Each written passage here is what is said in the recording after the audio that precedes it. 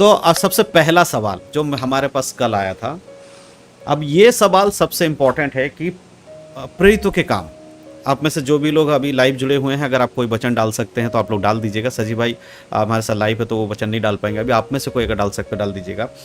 प्रेरितों के काम 2 अध्याय में हम एक घटना देखते हैं जहां पर प्रेरित लोग पेंतीकोस्त के दिन या उससे पहले, हम कह सकते हैं पहले के दिन, एक जगह जहां पर ऊपरी कोठी कहलाती थी, जहां पर वो लोग बैठे हुए थे, और उस जगह पे पवित्र आत्मा का जो आग उतरा, जो बाइबल क्लियर है कि स्वर्ग से एक जीव आग के समान फटती उतरी और सबके ऊपर उतरे, और वो उसके बाद लोगों ने वहाँ पर जो लोग थे सब अनेक प्रकार अन्य प्रकार की भाषाओं में बात करने लगे।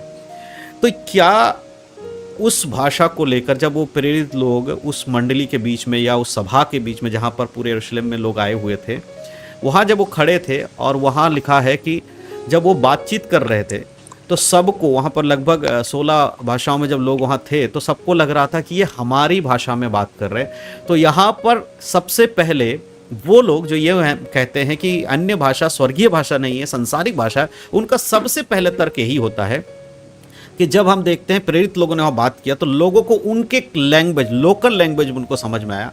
तो इस आधार पर वो कहते हैं कि वो लोग वो बात कर रहे थे जो सांसारिक भाषा थी, उनके मुंह से उनके लैंग्वेज में आ रही थी। तो ये सबसे पहले क्लियर करना होगा, नहीं तो फिर लोगों को लगेगा कि नहीं यहाँ तो संसार की भाषा बोली जा रही। तो थोड़ा सा सजीव इसमें आप अपना थोड़ा सा बताइएगा कि इस जगह पे एक्चुअल में क्या ये संसार की भाषा बोली जा रही थी, या फिर सच में कोई ये स्वर्गीय भाषा जिसे कोई समझ नहीं सकता, लेकिन आत्मा के अनुग्रह से अनुवाद करने के वरदान के कारण उन लोगों को वो भाषा उनकी लैंग्वेज में सुनाई दे रही थी। तो सबसे पहला तो हम इसे क्लियर करेंगे, फिर हम आगे बढ़ेंगे, बाकी सब लोगों को जो सवाल आएंगे उसको भी लेंगे। ठीक है सजीव, आप बताइएगा इस पर। आमीन। अगर हमें प्रेरितों का काम उसका दूसरा अध्याय अगर हमें समझना है तो उसका एक बैकग्राउंड है। उस बैकग्राउंड को जब हम समझते हैं तो ये दूसरा अध्याय हमारे लिए थोड़ा सा आसान हो जाता है। उसके लिए मैं आपके ध्यान को उत्पत्ति की किताब उसके 11वें अध्याय में लेके जाना चाहता हूँ। यहाँ पे एक अद्भुत एक बात यहाँ पे लिखी हुई है। उत्पत्ति किताब उसका 11वां अध्याय, उसके पहले अध्याय से आयत से जब हम लोग पढ़ते हैं तो वहाँ पे एक बाबुल के एक मीनार के विषय में हम लोग देखते हैं किस तरीके से उस ज़माने में जो लोग थे वो लोग अपने लिए एक नाम बनाने के लिए वो एक ऐसी एक इमारत बनाने की वो कोशिश करते हैं जहाँ से वो स्वर्ग को वो छू सके। तो वो डायरेक्टली वो परमेश्वर की ओर से परमेश्वर के विरोध में एक बलवा था। हम आज जब उसको देखते हैं हम उसको वैसे नहीं देखेंगे, परंतु परमेश्वर ने उसको एक बलवा करने के रूप में उसको देखा कि कैसे वो अपने लिए नाम बनाना चाहते थे, और वो एक साथ मिलकर वो यहाँ तक कि परमेश्वर के तुल्य अपने आप को मानने के उस प्रक्रिया में वो लोग बनाने लग गए। तो 7वें वचन में हम देखते हैं परमेश्वर नीचे आता है और परमेश्वर बताता है, इसलिए आओ हम उतर कर उनकी भाषा में बड़ी गड़बड़ी डाले कि वो एक दूसरे की बोली को ना समझ सके। 8वां वचन, इस प्रकार यहोवा ने उनको वहां से सारे पृथ्वी के ऊपर फैला दिया और उन्होंने उस नगर को बनाना छोड़ दिया। ठीक है।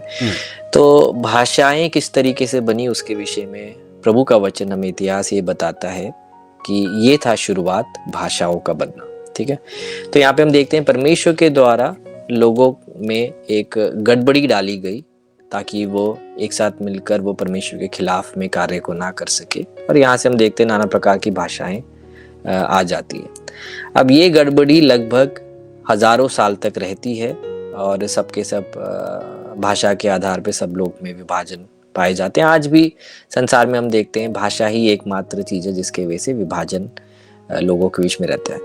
परंतु पेंतिकोस्त के दिन परमेश्वर ने कुछ ऐसा करा जो हम उत्पत्ति की किताब में जो प्रभु ने करा था उसको परमेश्वर ने ठीक किया, है ना। उसको ठीक परमेश्वर ने कैसे किया? योएल नबी के किताब में जैसे बोला, अंत के दिन में परमेश्वर अपनी आत्मा को हर एक लोगों के ऊपर उंडेलेगा, है ना।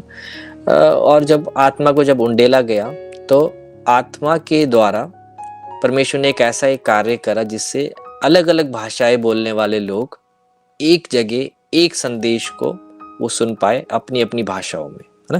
तो सबसे पहले हमें ये समझना है कि पेंतिकोस्त के दिन में जो हुआ था वो फिर से कभी भी हम बाइबल में उसको रिपीट होते हुए नहीं देखते, है ना। जिस तरीके से उत्पत्ति किताब उसके दूसरे अध्याय उसके शुरुआत से लिखा है, जब पेंतिकोस्त का दिन आया तो वो सब एक जगह इकट्ठे थे और एकाएक आकाश से बड़ी आंधी की सी सनसनाहट का शब्द सुना और उससे सारा घर जहां वो बैठे थे गूंज गया और उन्हें आग की सी जीभ फटती हुई दिखाई दी और उनमें से हर एक पर आ ठहरी। तो यहाँ पे हम देखते हैं, मैं इस बात को आपको पहले क्लियर करना चाहता हूँ कि ये बात फिर से कभी भी इतिहास में नहीं हुआ है। कभी भी फिर से पवित्र आत्मा के आगमन में या किसी कलीसिया को जब परमेश्वर के आत्मा ने जब भरा या किसी को अभिषेक मिला, फिर से कभी भी ऐसा नहीं देखा गया है। तो जब हम लोग इस आयत को लेके हम बोलते हैं वो ऐसा है तो फिर से ऐसा होना चाहिए था, तो आपको समझना है ये पवित्र आत्मा के ग्रैंड एंट्री के विषय में है ना। ये नए नियम के वायदे के अनुसार यीशु मसीह ने जो वायदा करा, पिता परमेश्वर ने पुराने नियम में जो करा, उस सब का पूर्तिकरण के रूप में एक ग्रैंड एंट्री पवित्र आत्मा मार रहा है। तो उस तरीके से हमें दिखता है ना। और यहाँ पे परमेश्वर ने हजारों साल पहले जो भाषाओं में गड़बड़ी डाल के लोगों को बिखेर दिया, अब परमेश्वर अन्य भाषा के वरदान को इस्तेमाल कर रहा है। सिर्फ वहीं पे हम देखते हैं कि लोगों में एक हलचल पैदा करने के लिए, भाई ये हो क्या रहा है ना। उसके बाद जब वो लोग आते हैं, पेंतिकोस्त के दिन के विषय में भी अन्वेष भाई मैं कुछ बातें बताऊंगा ताकि लोगों को थोड़ा सा और गहराई में समझ आए। पेंतिकोस्त का जो दिन है वो हाँ वो फसह के पर्व के बाद का 50वां दिन है, ठीक है। तो उस 50वें दिन वो लोग सब एक साथ आते हैं और क्या कहते हैं, फर्स्ट फ्रूट को वो लोग अर्पण करते हैं प्रभु के उपस्थिति में। तो इसको मनाने के लिए, इस पर्व को मनाने के लिए संसार के हर जगह, यहाँ पे 17-18 देशों का जिक्र है, वहाँ पे जो यहूदी लोग जो बिखर गए थे वो लोग आए हैं, ठीक है। अन्य जाति नहीं आए, क्रिश्चियंस नहीं आए, है ना। यहाँ पे हम लोग क्या देखते हैं, यहूदी लोग आए हैं।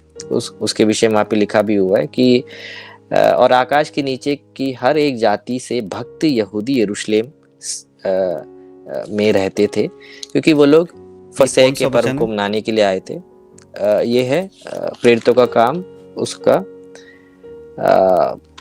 2:5, ठीक है। okay. यहाँ पे बताया जा रहा है कैसे यहूदी विश्वास में चलने वाले हर एक व्यक्ति का उस समय यरूशलेम में होना अनिवार्य था। यहाँ तक कि यीशु मसीह का जो मृत्यु के बाद फरीसी लोग जाके बोलते हैं कि ये वाला जो फसह का जो ये है, आने वाला जो ये पैसओवर है, ये बहुत पवित्र है, तो यीशु का जो शरीर है उसको क्या कहते हैं वहाँ से हटाने की ज़रूरत है। और अगर आप इतिहास, हम लोग कभी उसको बाद में सीखेंगे, बट ऐतिहासिक रूप में डेड बॉडी कभी भी देते नहीं है, परंतु यूसुफ को परमेश्वर ने इस्तेमाल करा। यूसुफ ऑफ अरिमथाई, और उसने जाके डेड बॉडी मांग कर उसने अच्छी रीति से यीशु मसीह के शरीर को गाड़ा, है ना।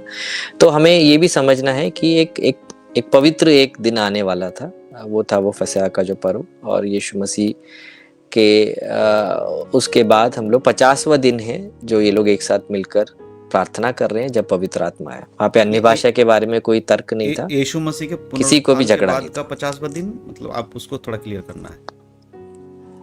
नहीं, फसह के पर्व के बाद का 50वां दिन है, जब यीशु मसीह को टांगा गया था वो वाला। हाँ, वहां से जब हम लोग देखते हैं तो वहां पे ऑलरेडी पैसओवर वो लोग मना रहे थे, उसके विषय में हम लोग वहां पे देखते हैं।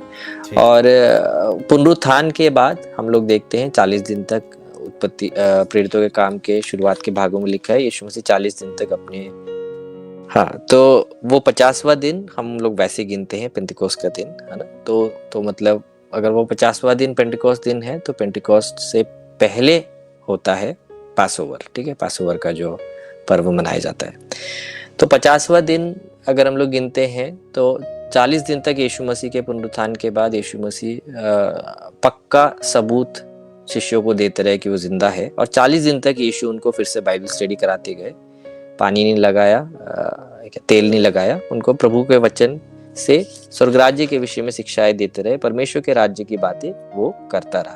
प्रेरितों का काम, पहला अध्याय 3 वचन। अब उसके बाद यीशु के स्वर्ग में जाने के बाद 10 दिन का जो गैप था, जो चेले एक साथ मिलके बैठे थे, वैसे हमको वो 50 दिन का हमको बिल्कुल फिट बैठता है कि किस तरीके से यीशु मसीह की जो मृत्यु हुई थी, है ना, वो और ये सारी घटनाएं एक तरीके से क्रोनोलॉजिकल एक ऑर्डर में हमारे सामने आती है। तो मैं वापस उस पॉइंट को आने के लिए आपको बता रहा था कि भाषाओं को परमेश्वर ने पुराने नियम में एक गड़बड़ी का कारण बनाया ताकि वो बिखर जाए, है ना, और वो जो बलवा कर रहे थे उससे दूर हो जाए। बाबुल बट बन यहाँ गया पे वहाँ हम पे। देखते हैं पवित्र आत्मा कुछ ऐसा करने वाला है, ठीक है, जिसके द्वारा अन्य भाषा का जो वरदान जो वहाँ प्रकट हुआ उनको दिया गया, उसके साथ साथ पवित्र आत्मा ने वहाँ पे ऐसे कार्य करा कि सब लोगों का ध्यान आकर्षित करने के लिए उस तरीके से वहाँ पे अनेक लोग वहाँ पे अन्य भाषा बोलने लगे। 120 लोग अन्य भाषा बोल रहे होंगे, परंतु 18 भाषा में वहाँ पे उनको सुनाई दे रहा था। तो जस्ट इसलिए मैंने आपको इतिहास बताया था।